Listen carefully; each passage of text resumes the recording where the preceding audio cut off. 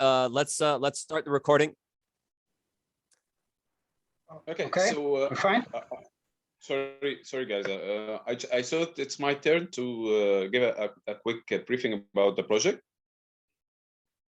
Sure. You know what? Just in the interest of the recording, this is the after town hall meeting on June 15th. We are, or you're being hosted by the Cardano DAOs Love Cardano challenge team, represented here by Harsha and Aaron, Dan, and Newman, myself. Welcome to the group. If you're watching this on YouTube, please connect with us and these proposers. We have a few presentations, and after the presentations, we'll do some Q&A and discussion. If there's any other questions, I'm seeing head nods. Okay, everything is good. We can let Mohamed begin his presentation. Oh, actually, it won't be a presentation. It's just quick overview about the project. It will not take only 4 minutes. This is our proposal is about KemiLand, which is a metaverse inspired by the ancient Egyptian civilization. We have already submitted a proposal in Fund 8, but unfortunately it's passed, but we were out over budget. So we're trying now to submit a more convenient proposal, which is targeting what we called our first MVP. The MVP is very simply is to build a palace, a royal imaginary palace, and to let the people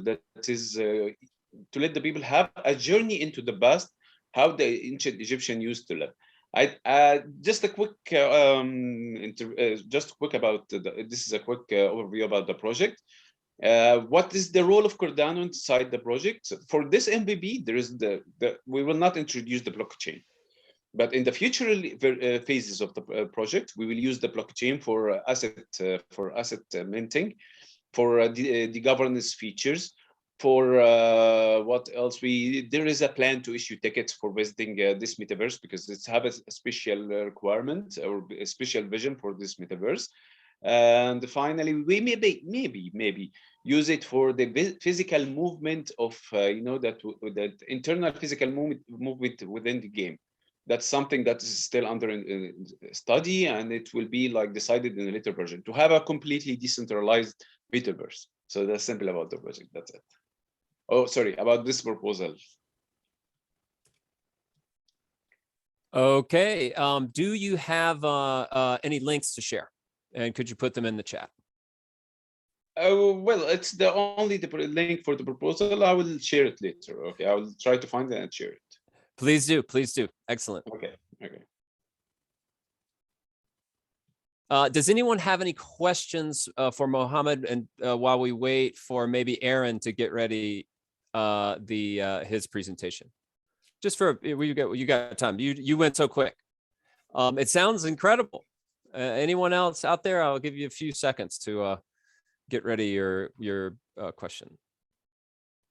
I have a quick question, Newman. You spoke about governance, right? How do you mean governance? Would you be managing this as a DAO, or what kind of governance would happen in the metaverse that you are proposing? Yeah, exactly. Eventually, once we start to launch the project, we believe we will manage the metaverse and the activities inside the metaverse. But later on, it's a community-based metaverse. So definitely we are moving to the DAO and DAO features.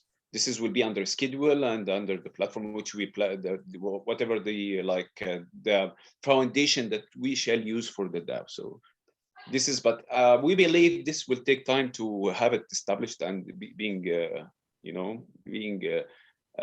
ready for the users ready for the citizens, I shall say, because we call the user of KemiLand the citizen. So it takes time, and I believe that's it will take some time to establish the DAO feature side. Is it clear? Yes, it is. Yeah. Okay.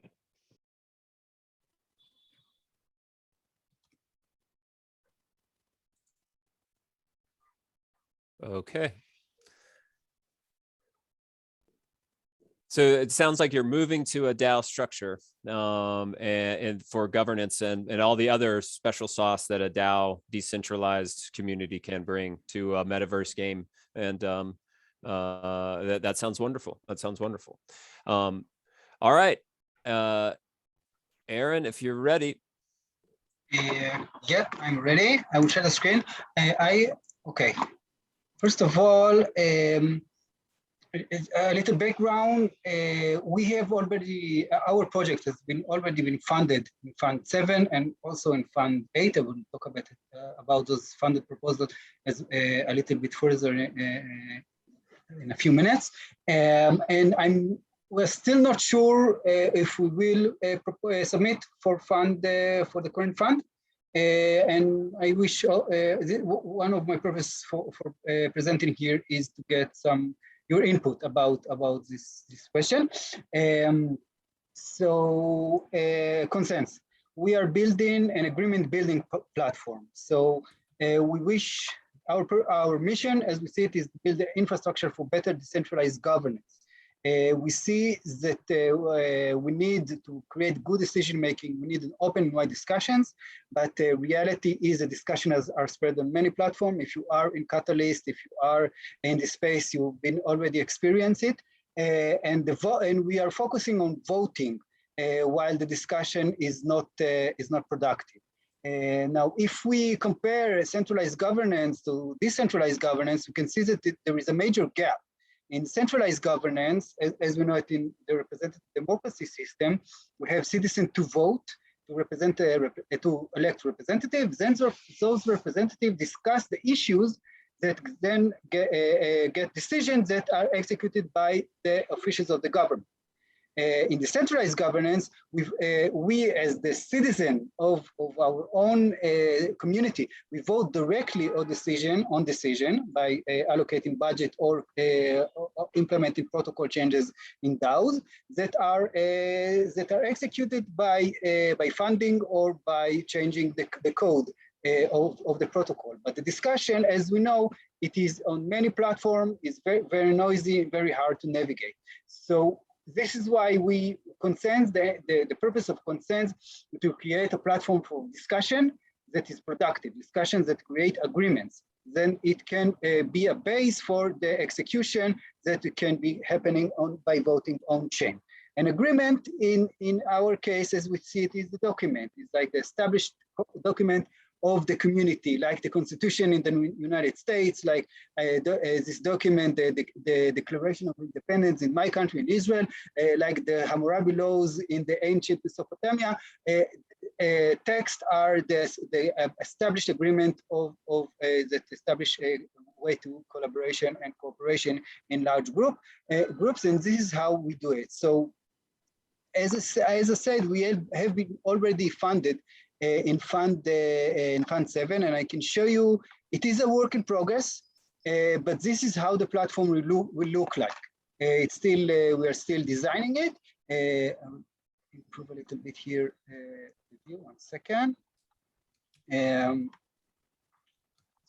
This and this. Okay, so if I start from here, you can see this is how an agreement in progress looks in Consenz. You have a document, you can see its rationale, and you can see its different sections. And every section, you can go and drill down into the section and create and discuss it, vote on the section, and suggest an improvement for the section. So you can vote on different versions of the same sections and discuss upon it, vote on it, and then there is a calculation of the votes that dictate which section version will enter into the draft of the document of the agreement. And by that, we can drill down into details without losing touch with the wide picture, and to do it in a scalable way. So this is the main functionality of the platform. We have established the design for it. You see the mirror board now? I'm not sure that. Yep, we got it. We got the mirror board. Okay, so now, after we have been building the the functional layer, while we're building the functional layer, we're start starting to think about other layers of the platform. And as you can see, that we now define 4 layers. The one that divided into different parts. Parts that is in yellow, those are parts that has already been, they have funded proposals by the Catalyst community. The ones that in purple red here is the ones that has been already accomplished. We have been, we built a prototype, we have been working with it for over more than 3 years. We've been experiencing it with real users, and now we use the lessons from the top prototype and from the proof of concept to build the MVP. So our Fund 7 proposal is for funding the building of the MVP, and we started also to work on the experience layer. How can we onboard new users from different communities, from different DAOs, and not only DAOs, also citizens of a city, of a neighborhood, parents of a school can use our Consenz platform for creating agreements. So we wish to create the best user experience that every citizen or every DAO members that have some pain, they noticed some problem in the process that been happening, it will be guided into the right path in order to change it with the right tools. So we will use our our Fund 8 proposal to create user stories and user journey, and by that to create the onboard layer that will be connected to the functional layers that you've just seen its design. The next layer after the functional layer will be the trust layer, and the trust we mean how we move a agreement from the draft phase to approved phase. So this should be happening on chain by voting on chain. This can be happening also with using a democratic voting, not just coin voting as happening now. And for that we need digital identity. So for that, we have a proposal in the digital identity challenge of Fund 8 that's been funded. And this is the different part of the trust layers that we plan to create. And there is the execution layer. Execution layer will focus on how to bring those agreements into reality. And this can happen by treasury management, as happening now in Project Catalyst. We are voting on managing the budget of our common fund. This can happen in protocol and parameter improvement of the protocol that's now happening in the Cardano ecosystem by SIPs, by Cardano improvement proposals. And this can happen in other institutions that are not blockchain or DAOs by implementing agreements that have been building by the community and translate it into regulation and legislation. And for that, we also have 2 proposals that have been funded, one in the lobbying for favorable legislation challenge, and the second in the National Building dApps challenge. And this is the map of where we stand right now. As you can see, the Catalyst community has been very generous with our project, and we hope that in very short time we can bring back by providing the Consenz platform to the Catalyst needs.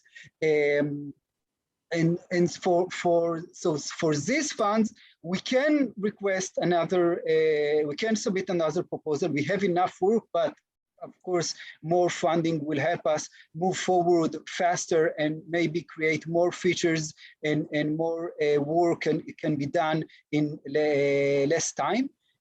So right now we have another almost 2 weeks to decide if we should submit another proposal for other part of this different 4 layers of our project. And that's it. I will be happy to answer some question and hear your opinion about it. I'm not sure how much time do I have for that. Harsha, maybe you Sure. Yep, I'm watching the time. 11.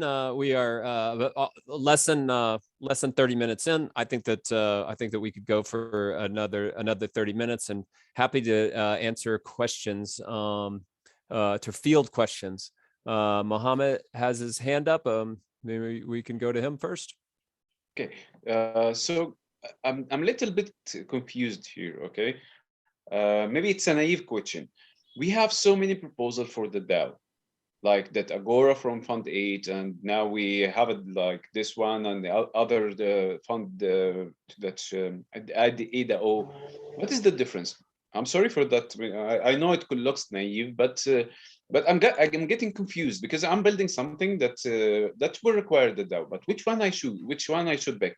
What is the difference? Now, when I see the presentation here, it's having everything that I want when building my metaverse. Okay, but what is the difference? Okay, so yeah, sorry for that question. If it's no, it's a very important question, because there is some redundancy, and there will be. Because we are decentralized, there is no one CEO that manage all of us as worker. People will try to do the same thing in different ways, but there are some differences as well. DAO are working on the on-chain aspect of governance, and we really hope to engage with them in partnership in the future, because we Consenz work on, right now we are off-chain as your project. We start in off-chain, but going on-chain is a major milestone in our roadmap. We are working on the process, and not just process of approving proposals, but how create proposals, and not just proposals for funding, but also proposals for parameter change or code of conduct or other things, or processes, election processes, and other stuff like this. Which other group did you mention? I just forgot you. Agora are working with DAO also on-chain protocols that I hope that we will use it, because everything here is open source, so we can do it together. But you were right, there will be redundancy, and there will be also some competition. In some aspect, competition can be good as long as the horizon, or we aim for wide collaboration. And by that, we can make sure that the best way to implement those ideas will be the ones that we win. Hope that I answered. Yeah, we got a good thumbs up. And Harsha? So I have a quick question about DIDs. So in general, at this point, the initial verification of the digital identity is done by centralized authorities, right? At this point, that's what's happening. So how do you plan to go about that when you create your digital identity? Well, first of all, when we will work with centralized agencies like municipalities, like governance, that we are aiming to work with as well, so we can use their data, and by applying digital identity, we can make sure that the ones that vote have the right to vote without revealing their private information. This is in one aspect. And in other aspect, in DAOs like Catalyst, we can create credentials for different roles as well. So let's say that a veteran PA, a proposal assessor, has other privileges that a regular voter does not have. Then they can prove that they have these permissions by submitting their identity with the Data Prism platform. So this is how we can use this technology in order to create different roles in a decentralized manner. And most of all, in order to create an opportunity for democratic voting of one person, one vote, we need to make sure that the one that is voting is a real person and does not use his voting influence more than once. And for that, we also need some kind of verified credential that digital identity can provide without revealing private information.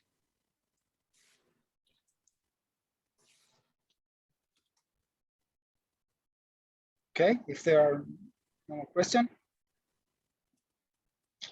Anything about the process of Consenz, or the question of the open source and collaborative nature. That was the one question that we'd had. And then this about DIDs and how to work with centralized groups versus decentralized groups. This is a fantastic project.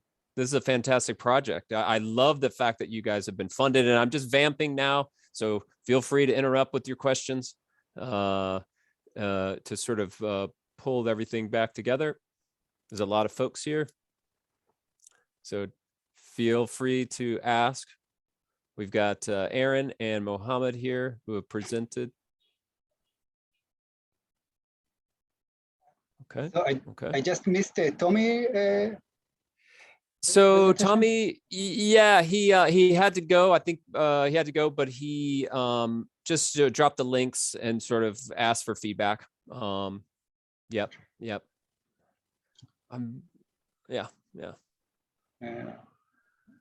Go ahead. Mohammed's got his hand up. It's not Mohamed. Oh, it's the other Mohamed. I signed up using the wrong link, guys. Can That's I present? fine. Of course. Okay. Yep. So Raphael Ibrahim and I were in the same project. This is the first time we apply for Catalyst. And we've been interested in Cardano like about 3-4 months ago. We started brainstorming ideas and coming up with brainstorming sessions to see how we can find a problem that we need to solve. Just let me introduce myself. My name is Zuha. I'm gonna write it down in the chat. So this is me. I'm an anthropologist. I specialize in technology and media, and I'm a humanitarian expert with 5 years of continuous experience in NGOs, mainly international NGOs, as well as working now for a media company, a startup for podcasts. So moving on to the project, basically we're looking to build a platform that ensures transparency between donors for NGOs, the NGOs getting those donations, the vendors that actually or people buy from them supplies for the people that are in need. So using the Cardano blockchain, the transparency on this decentralized place or cyberspace, we want to ensure that there's a proof of funds, there's no like any kind of deficit or lack of operations or any problem of that sort is solved and is transparent. I'm gonna let the founder of the idea, Raphael, talk more about it. So Raphael would like to hop in and talk more in detail. Yes, hello everyone, and thank you for this lovely opportunity so we can present our project. Mainly, I'm gonna continue what Zuha started. Our main idea is to, we're gonna create a platform. We're gonna be the mediator between the NGOs and the donors. But this process, we thought about each stakeholder in the project. So what's in it for them? So for the NGOs, their main challenge now is the lack of donors. This is it's all caused because of the lack of transparency when it comes to donations. So when a donor donates to an NGO, he doesn't know where they are using the money, if they are using the money for the right cause or it's just for let's say the running costs of the NGO. Let's say now you donate $100, it will go only 10% for the cause. So our first problem to solve is that all the donation on this platform will be strictly used for the cause. Nothing less, nothing more. So all the running costs of the NGO is not our concern. So we're gonna create for each NGO a pool. All the donors we're gonna donate, all the donation will be settled inside this pool. Okay, so this will be, we're gonna build a smart contract, and we're gonna release the money gradually to the NGO based on the proof she's providing us. When it comes to, let's say the NGO is into kids, helping kids. They need, let's say, food, they need clothes for kids. So we need the proof. Each time we give them a sum of a donation, they should provide us with the proof. And when you say proof, we need the full cycle of the proof, from invoicing, from purchase, from the transaction, from even the delivery, the shipping. We need to check all these proof so we can, let's say, trust the NGO to keep to keep giving them the donation that they received from the donors. This is one. The second part of the platform will be mainly to focus on the donor. Every time that the donor is donating, there is a data. Okay, so we're gonna create 3 tiers. So we have the silver donor, the gold donor, and the platinum donor. This will be, let's say, from 1 ADA to 200 ADA. This will be the silver donor. Let's say from everything. So you got the idea. We're gonna create 3 tiers. Okay, so these tiers, based on their donation, they will receive an NFT. It's an access. It will be airdropped to each donor based on his donation. For the next step, we're gonna create our own token and our own staking pool. So based on his tier, on his NFT, he's gonna get his APY in the staking pool. So he's gonna stake ADA and receive our token, but the APY will be based on his NFT card. Okay, this is also for the donor.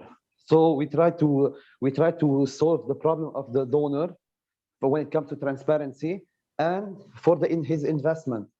So he's winning while donating, and the NGO they getting exposure to new donors because we are rebuilding the face of the donors in the NGOs through the blockchain. Okay, this is one phase of the project. We're gonna include, in the last phase of the project, we're gonna include vendors. So technically, the donation will be sent from the donor to the NGO to the vendor, because they're gonna, all the transaction will be built on the platform. So the money, all the currency will be trackable inside the platform. So no money will be outside the platform. This way, everything will be automated, no fraud, no theft, nothing going out of the platform. So everything is trackable. So actually, it's a big project. It's not easy, it's big, but it's a very good ecosystem. So that's why we wanted to know your feedback when it comes to this project. And if I may add, I think I'm going to speak on my behalf, my personal behalf. I'm kind of nervous because it's like our first time here. And the idea for us, it means a lot to us because we come from a huge, like an immense corrupt country. And while there was the explosion, let's say, and we're Lebanese, so the August 4 explosion, many NGOs signed up in Lebanon. They appeared out of nowhere, and they started getting money from all countries all over the world, and we didn't see any money actually on ground, like implemented tangibly. So this is mainly our drive. We are against corruption, we are against theft and stealing, and we are humanitarian first and foremost. So just tell us what you have as questions and anything.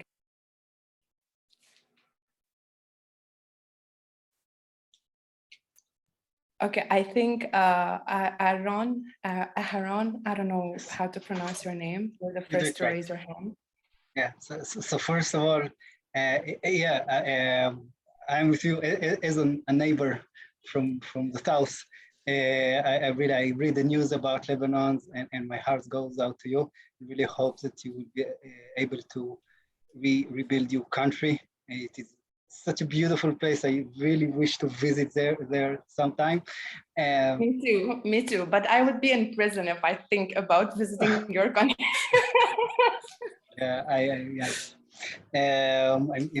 I'm too embarrassed to admit that I've been there as a soldier. But yeah, I was very young. I didn't know what's really happening. I hope that I didn't create too much damage. But first of all, it looks like a great project, really huge potential for your countries and for others. And my question is, are you already in contact with some NGOs that will be the first users of your platforms, that you can learn from their experience and start iterating? Yes. Well, I've been in contact here and there a little bit with the local UNESCO, the local UNICEF, but I believe that we've been gathering a lot of NGOs, mainly donors, like USAID and United Nations facilities, to actually sign up and give us the local NGOs that they donate to, that they support the projects and create programs for, so they can also put them in our platform, and so we can, track the whole transaction and the whole operations. Like, this is first and foremost. So because the geography is like starting easier with Lebanese community and then expanding in every country. But mainly, and because Catalyst asks about SDGs, which is Sustainable Development Goals, the 17 SDGs, we are thinking of also prioritizing that as a criteria to actually onboard NGOs that are under each and every SDG, just like at least 5 as a first beginning, to cover all the pillars of SDGs, and then expand and expand. I hope that made sense. Yeah, and a follow-up question, if I may, what about the conversion between ADA and local currency? Because eventually NGO will need to use other currencies than ADA. So this is a service that you are going to provide as well? Raphael, would you like to answer? Actually, yes, this is what we were talking about with our developer. We want to see the legality to do like a redirection link to a DEX, so that NGOs can at least buy the ADA from that website and then come back to our platform to do the donation. I know it's a long road for NGOs, but let's make it very straightforward. The NGOs, they need us because they are losing donations, so they won't be very picky in paying, let's say, doing donations, because first of all, NGOs who are receiving the donation, they need us, and the NGOs as donors who want to donate, they want to make sure that their donation are going to the right cause. So it's a win-win situation. So I guess this small effort won't be a problem in getting the ADA and donating and receiving the ADA. So I guess it's a minor problem, but we are trying to find a solution to make it easier for everyone in the currency. This is assumptions that needed to be verified, and if not, to be solved. Okay, thank you. Well, good luck with your project. My vote is there. Thank you. Because mainly we have a problem with the stable coin. Our only solution is to get a stable coin, but it's a hustle to get a stable coin now, to build a stable coin, and JED is not ready yet. So this is our main problem. So this is the challenge that we have right now. So we're trying to find solution, but we're gonna find the solution once we're gonna start the development. We will get this feature ready and fixed. So Harsha, do you want to answer? ask a question. Oh, no, Jeremiah, I think, raised a hand before me, so I'd love for him to go before. Yeah. Oh, thank you. First of all, of course, I mean, you're trying to tackle a good cause, and we know what the blockchain narrative has been always about transparency and tracing a transaction, which could be used and is already being used also for the humanitarian aid side, right? We have seen it with the UNHRC, which is using this blockchain voucher system with refugees in Jordan camps, right? However, there is a failure, and the failure is when it comes off the blockchain, right? And the problem is that when you are in Lebanon, where you're right now, with my ADA wallet, I cannot purchase stuff, right? I need the fiat. I need the US dollar and fiat, or your local currency in fiat, which I don't know, I don't recall. So the problem is, you get the blockchain transaction, which is traceable, and you even provide them to the other organization, all that, and then they will convert in fiat, right? And with the fiat, then they will purchase stuff.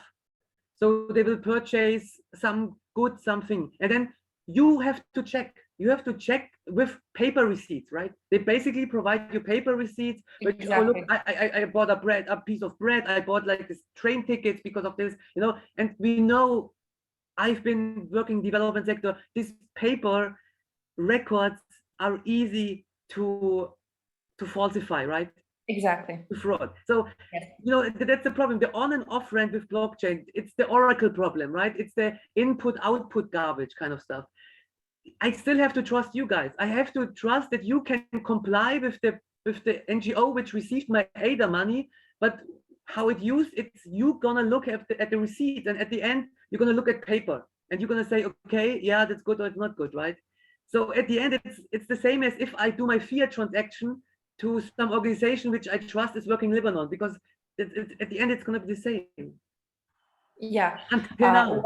Yeah, just to answer, this is why we kind of plugged in vendors in the phase 2 in order to ensure this transparency and like to close the whole facets from all its, you know, and not only that, every NGO that is buying supplies for its end users, they have to put their receipts and put them on the platform. And this was Raphael's idea, like kudos for that. Like having experience in NGOs, it's definitely a bargain to do that. So every NGO that doesn't comply to that doesn't post the receipt in a certain way, they will be marked as banned. So there is this ban, and they will not deal with any NGO. They will not get donations. And this is like a main policy that we have. Right. I hope that answered your question, but I agree with the fiat thing. This is why, Raphael, I believe they just mentioned that we need the configuration and the automation to discuss it with the developer to find a way to do that, because I'm not sure if Cardano is ready for other currencies yet, you know. Yeah, but the receipt thing is still, it's a piece of paper. Even they digitalize it, but it's still a piece of paper which you can buy anywhere, you know, basically. That's still a problem, no? Actually, yeah, I agree. It's worth thinking about. Yeah, Raphael. Sorry, it should be verified. So I'm not asking for only one paper. You can make a false paper, one paper. You cannot, let's say I need 5 papers, you cannot falsify all the 5 papers. So in one paper, we're gonna see the scam. At least we have an auditor. His job is to detect all the NGOs, to check all the papers. We need the full cycle. True. And when you say you're not working with a small supplier, when it comes to NGO, they buy in bulk. So you won't buy it from, let's say, from a retailer. You're gonna work with a supplier. When you work with a supplier, you're working with a company. When you work with a company, you need to give me all the verified papers. Yeah. So this way, it's make it easier. Is the NGO won't go and buy one piece of bread. Yeah. They're gonna buy 100 kilo of bread, for their cause. I agree with you. I totally agree, but it's not like the case that right now, currently, NGOs are not doing that neither, right? That's not the case, right? They also have the audits, right? Because bigger donors who give the money force them to have these policies and maybe do external audits too, right? So at the end, the issue is that in your system too, there's going to be a human being involved, right? A human being has to check it, the paperwork, if it's right, and you have to trust that human being. That is this thing, you know? Yeah. Let me give you an example. You want to donate to an NGO individually. You give to an NGO $100, okay? They're gonna use it for the cause. But do you think they're gonna use the $100 100% or no?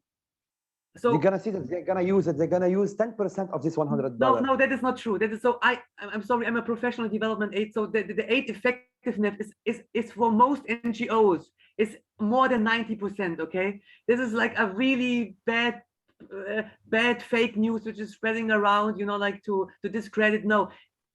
The major humanitarian organization NGOs, they have a really high rank. So this is, I mean, you know, there's of course always illicit things going on, but this is very, very narrow. And also with this technology, it will not, you cannot really decrease this one. You know, if there's somebody who will want to cheat the system, you still can do it. You know, that's the problem. At the end, it's still trust. As I'm telling you about, let's say I'm giving you the example that you're gonna donate to an NGO. Okay, one of the biggest NGO, they have running costs. So this $100 will go to the running costs. They have 60% running costs on average, 60%. Yeah, but, so but, you have now they don't have 60%, but you have also running costs. I mean, Mohamed and Raphael, I have to pay. Sorry, not Mohamed. Zuha, you need to be paid too. Who's gonna check the receipts? Who's gonna do this platform? You need also to get money, right, for that, right? We're taking 1% from the transaction. All right. Which is cheaper than the banks. Than the bank transfer, and we are removing all the running costs of the NGO. So mainly only 1% and 99% going to the cause. So I guess it's a win-win situation rather than you donating to a NGO and they're gonna cut their expenses plus the bank transfer fees, which is almost 30%. They're gonna remove it. So at the end, the cause, how much will get from your $100? $10. This is it. So we're creating this solution at least to send the money to that. Let's say the cause receive at least 95% of the donation. But now you're talking about remittances, right? It's now you're talking about the issue of transferring one currency of the US dollar or from the United States into Lebanon, and you know, like getting a good exchange and not too much fees, right? That is a different problem. And their blockchain is of course a solution, right? Which makes it cheaper. But the problem is honestly, if I go now to Lebanon with 100,000 of ADA, who's gonna give me a lot of US dollars with little fee? Where can I now exchange 100,000 ADA? We have brokers in Lebanon. Oh, and how much will they charge? 1%, 2% maximum. For ADA, yeah? Okay. For any currency, actually. Okay. 1-2%. So we are the cheapest country when it comes to the rates if you want to buy crypto. And plus we're gonna partner with Fulus. I don't know if you heard of it in the space. Fulus, they have this service when it comes to changing from fiat to ADA. So we're gonna be partnering with them. They're gonna handle all this problem will be fixed with Fulus. So I guess we thought about all these challenges. That's why we try to find solution. But my only problem is the auditing. It should be done manually for the phase one because we don't have anything. There is no any technology that can control this side of the problem.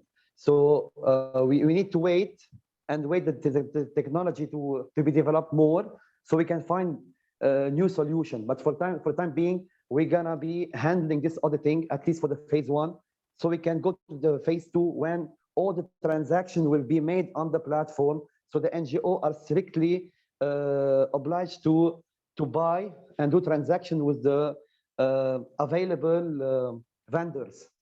Because when we're gonna onboard the NGO, we're gonna ask her, we're gonna send a form. What are your needs? So each NGO has her needs. So we're gonna find supplier for these needs.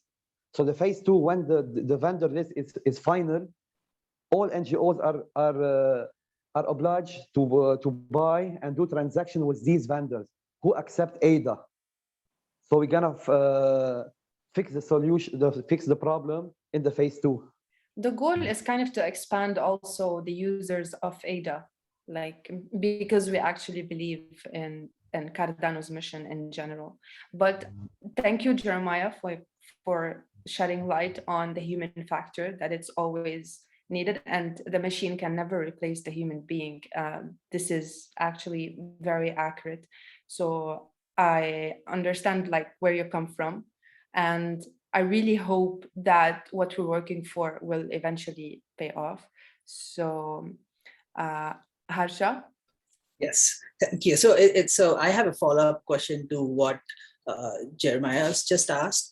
So would you also be putting your audit process on chain, because people can verify whether your auditing is right or not? Would you be doing that? And how would you be doing that if you do?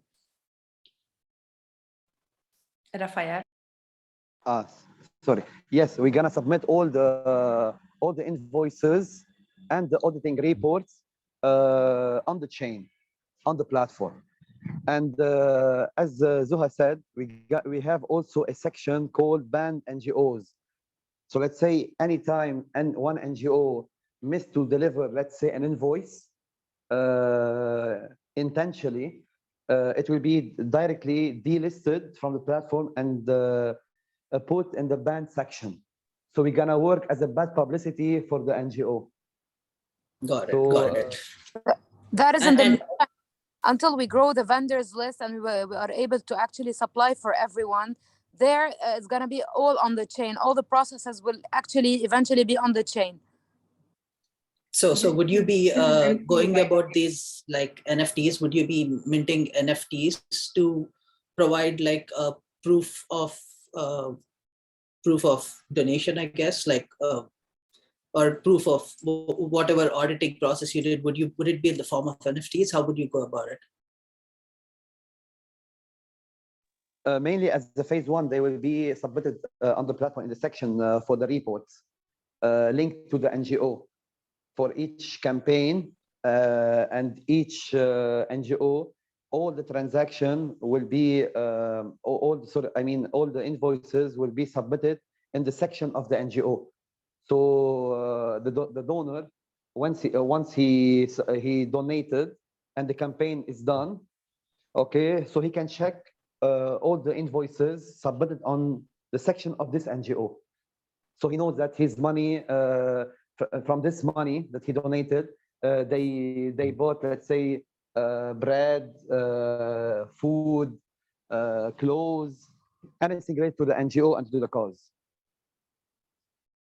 Okay, and you said this is all on chain, right? This will all be verifiable by anyone out there, right? Yes, this is the purpose of doing this project on the blockchain. Sounds good. Sounds good.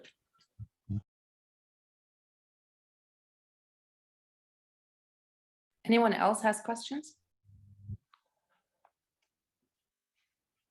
And mainly our vision is to be the first platform for NGO verification globally.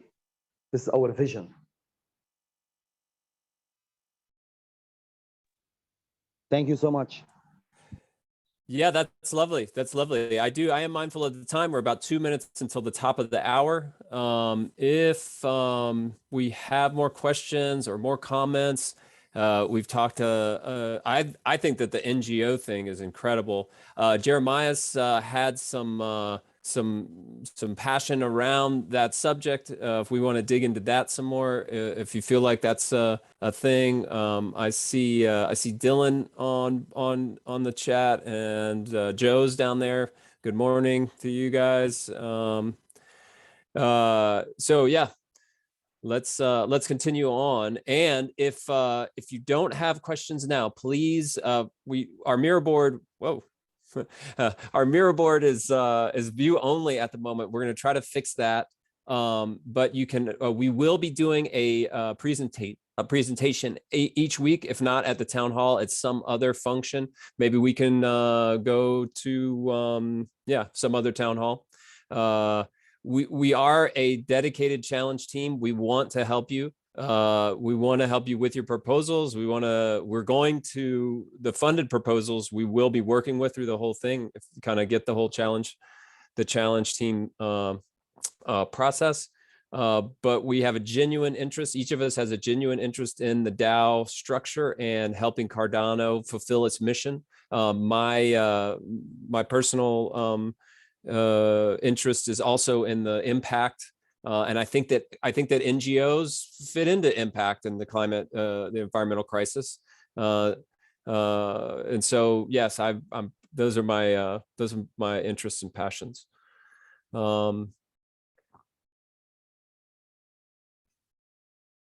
Who's next? I don't know if we've got another presenter. I was about to. I raised my hand. Oh, if there's time, and otherwise, I mean, no, I can make it like really short. If no, you're now you're on the spot, man. We got it. You got to go now. You can't put it off another week. You got a whole. Have you written your proposal? It is there. It's not finished yet. It's in process, but you can see it. I sent you the link. Okay. Wait. Oh. Peerpost. Okay, cool. That is the yes, link. Why is it working? Okay, I will send you the link later. It's not working right now. Okay, I will start real quick. So Peerpost, what we, as I said, it's peer-to-peer parcel delivery DAO. What do we want to do based of course on Cardano? And let's look at the problem. And here I just take a random example. This is the Nigerian Postal Service. You can check it out on the internet. And let's say I want to send a parcel around 5 kilograms from Lagos to Abuja, right? So big cities, they are around like 500-600 kilometers away. And it would cost me 4,000 Nairas, which is around 8 euros roundabout, right? And now I compare it to Germany. In Germany, it cost me 6 euros. And now you might say, well, it's not too much off, right? But of course, you have to think, what is the monthly average income of Nigerians compared to Germans, right? And it is insane. So it's like kind of for us, if we had to pay 30 times more for our parcel. That's how much it costs a normal average Nigerian to send a parcel with the Nigerian post office. And it is not just, oh, wait 1 second. It is not just in Nigeria the problem. So I could give you a whole list of different countries in Africa looking at the prices. So we have the domestic prices, we have the neighborhood prices. This means within neighborhoods, like neighboring countries, international parcel service, and then respectively on the very right side, the average income, right? And here you see that for normal people living there, it is insanely costly to ship a parcel. But it's not just the price. It's also when you talk to people living there, or maybe you have lived yourself there, usually those national post services are not reliable, right? They take a long time, and usually the trust is very poor in them. So people expect them that the parcel is getting lost or it's getting damaged. And now we can ask, why is this the case, right? And now I give you data which is not coming from me, but it's coming from the Universal Postal Union, which is a UN body. And this is rating the post agencies of 160-ish countries. And in this map up on the left corner, you see the rating, and the more darker it gets, the poorer the postal system is, right? That means it is not reliable. That means it's not efficient. It's not cheap. It's not trustworthy. It's not working, basically, right? And we see in other indicators too that we see poor home delivery rates. We see a lack of postal offices in Africa compared to other regions in the world. And also when we look at the postal staffing, almost no postal worker working in Africa if we take the whole postal staff as a whole. And how do we, like, what's the market size looking like in Africa? This is the African market size. Also the data coming from the UPU. This is just some numbers. But what is more important on the right side, right? We as Cardano, we think Africa as a growing, a promising continent, right? It has population growth, it has economic growth, internet penetration is growing, and e-commerce, of course, is growing. And people, the richer they will get, and they will get richer, the more they're gonna send parcels. They're gonna send parcels to family and friends. They're gonna send other stuff to relatives because they can afford it, right? And for this, the infrastructure is lacking. And I don't see that in the next decade, those huge investments will be taken by African governments to invest in their postal system, right? And so we need another solutions to that. And this is our solution. It is a decentralized solution, which is kind of, if you're living in Germany or in Europe, you know, maybe BlaBlaCar or like Uber kind of. So basically what we want to do is we want to match a person who wants to send a parcel from A to B. And we want to match it with some other person who goes from A to B anyways, right? Because of commuting, because of traveling, because of visiting family or friends. And they match on basically a Web2 platform, first of all, right? Like maybe Tinder, right? And then when they have arranged a price and everything, the person picks it up, they meet, make out a point, and then the guy who is going to the city from A to B, he transports the parcel and hands it over to the recipient. That sounds okay, interesting, but of course, why it would never work like this? It would never work with Web 2.0, because there's no trust, right? You would never give a stranger a parcel. He would run away. So you need to set the incentives right. And here we need smart contracts, because the smart contracts basically serve as an automated and decentralized escrow service. That means the sender is putting the payment for the delivery and the transporter is putting a deposit, which kind of equals the value of what he is transporting. And so that means he is now the economic incentive to really perform his good quality delivery in time and really reliable, because otherwise, if the package is damaged or lost, he will not get the deposit. The deposit and payment will get back to the sender as kind of a refund. And this would be all being done on the Cardano blockchain through smart contract technology. Well, how do we want to go about as a business model, right? We want to become a DAO, right? We want to become a DAO because we can take a small fee of each transaction and distribute it among basically token holders, and token holders who hold this governance token would have voting rights. So this is the really basic business logic of this model. And I think that's it so far. Yeah. Any questions? What do you need the DAO for? The DAO is for organizing it. So the DAO is for being a sustainable business model, right? I mean, we could do it like the normal startups, corporations, where like, okay, my team is owning the company and we make the revenues and the profits and nobody else has a say, right? So here with the DAO, I think I want people to participate in it, right? So token holders being either senders themselves, being transporters, having a say in developing this platform, because the issue is, this is a very complex issue, right? And I don't have the solution, nor does my team have the solution. I think it's a kind of a swarm intelligence thing where, you know, you need a lot of intake and different perspectives on this. Yeah. Okay, if I can just quickly comment, like I wouldn't like to join the Finnish Postal Service or any of the courier services. I just want my parcel. Yeah, then you don't need a token for that, right? So for so the token is really if you want to participate in the governance, but if you want to use the system, you don't need our token. Of course, if you have our token, let's say you stake it, let's say, right? Then you get some perks, right? Maybe you pay half of the fee. No? Let's say our fee is like 5%, right? We take 5% of this smart contract economic transaction, we take it off. And if you have like, let's say 100 governance token, then you just pay half of it, for example, right? This kind of perks. Or you get a listing, you know, like ratings, right? Let's say this platform is getting crowded, and you're a transporter and you want to be like at the top, right? The more governance tokens you have, the more on top of you you are, and the more people will get in contact with you, right? And yeah, so.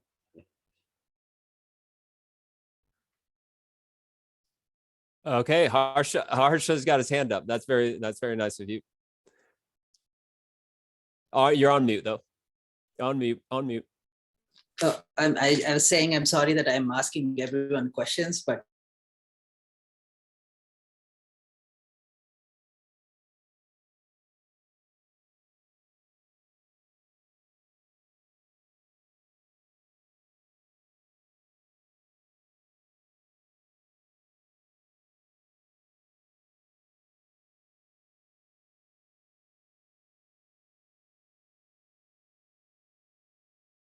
the platform economy, right? So you have the issue of having at the same time the supply and the demand. Kind of like Amazon, like as I said, Tinder, BlaBlaCar, right? You need senders and you need transporters at the same time, and this is the hen-egg problem, right? It is difficult, but I mean, let's say we would focus on regions, right? We would go into, like, let's say, choose a small country where there is two kind of economic metropoles being connected, where there's really people going every day there, kind of. So you have the transporter side, and then with a marketing campaign, basically you would say, you know, like, hey, here, really cheap parcel delivery, and then people maybe go on the platform and use it because they're saving a buck, right? And the transporter's making side hustle. I mean, Africa, if you make $2 for a trip, which you would do anyways, you would take it, right? That is but of course, so the idea testing, right? I've done interviews. I went from an incubation program. I've done interviews, but we right now, for the Catalyst fund, we would ask money for MVP testing, right? We are maybe we're gonna ask maybe like 10, 15K, right, to develop our MVP and then test it on the ground in like different countries, maybe 2-3 countries, and get feedback on where it is best used. makes sense. Yeah, and also I'm guessing that unless a package is worth a reasonable amount of money, it wouldn't be viable, right? Yeah, that is true. Of course, we're not going to expect that iPhones are being delivered. That's totally true, because there's not going to be a transporter putting up this kind of deposit, or the sender saying, okay, I don't care, right? I mean, because I want to make it as a negotiation process, right? I don't want to set minimum prices or minimum deposits. No, that's up to the people, you know, on them to decide. Makes sense. Go ahead, Tomi. Yeah, I think those like local specifics they will only come from the experience, and you will need to do it to see what works and what doesn't. But I was thinking, like, I really like the smart contract part, but I don't understand the DAO because I don't see how it adds value. But maybe this kind of excuse of like the business model that you already have, like maybe this could be used as an excuse to drive some other purpose. And when I was listening to Empower, for example, like they have a huge issue in Mozambique that they need to convince people that, for example, wood is a good construction material, because people would like to have everything made of concrete, but it's not so sustainable. So likewise, if some of these couriers would be using electric bikes, for example, that might be an idea. Maybe the DAO could like use some sort of a lease to own model to get them electric bikes over time. And then that would increase cycling in Africa. I don't know, just saying. Yeah, but I mean, if you want to put incentives on people, I don't get where the DAO is needed for that, right? That is something about the mechanism which you create for incentivizing. So for me, maybe the DAO, what is DAO? It's a decentralized autonomous organization. What does it mean? Basically that, you know, like it's not me, my team with 6 or 10 or 20 people who want to make like decisions on, let's say, how much money should we charge in each transaction, which country maybe to onboard next, what kind of strategy. Why not letting hundreds of people decide on that or like getting new ideas in that, because, you know, this kind of thing nobody did before, nobody knows better, you know. I don't have an Elon Musk on this team in that sense, right? So I because believing in swarm intelligence and believing in so many perspectives, you know, I want to bring them on board. How else could I do that in a legitimate way? I mean, that otherwise, what is the other me that I'm going to run the business basically as a CEO and then my team, you know, and then I try to suck out money out of this as much as I can, right? I mean, that is the old school business model, right? We are in a blockchain, we can't do that, you know. There can be people involved in Argentina, you know, who gonna give me advice on how to do it maybe in Argentina because it's different, right? If I don't have any Argentina in my team, I had to pay a consultant for this, right? Yeah. So basically, any business model can be run on a DAO, and maybe you have a point there. Yeah. I think he does. Yeah. Tomi, I think that, I think that, and your example of the electric bikes are moving to some other creative solution to the problem, because get this, what's going to happen is a community is going to be formed. Senders, receivers, transporters, all the stakeholders are going to be there. And then they start to say, well, and then the environment is going to change. Gas is going to double in size. The temperatures are going to rise 15 degrees, you know, maybe not that 15, but you know, you get the point. Governance will change, and this structure, I feel, and this is, I feel very passionate. I feel like that is the real special sauce. And so you both have hit on this at the right time, at the end of this session. So I would like to wrap it up. If anyone has any things that they want to share, if they've got any final thoughts or things that they brought up, I do want to thank all of the presenters and the lively conversation. It's really, really great. And I encourage you to continue to engage with us in all of this stuff. So please, let's have our little summary, and we'll wrap up. Yeah. Burning things. We talked it out. Thanks for the opportunity. Thanks, and great inspiration from all of you. Yeah. We'll continue, likewise. I hope, next week. I posted my Telegram, you know, like in any feedback or something, you can contact me on Telegram or on the ideas guide. Really would be nice. Thank you. Sure.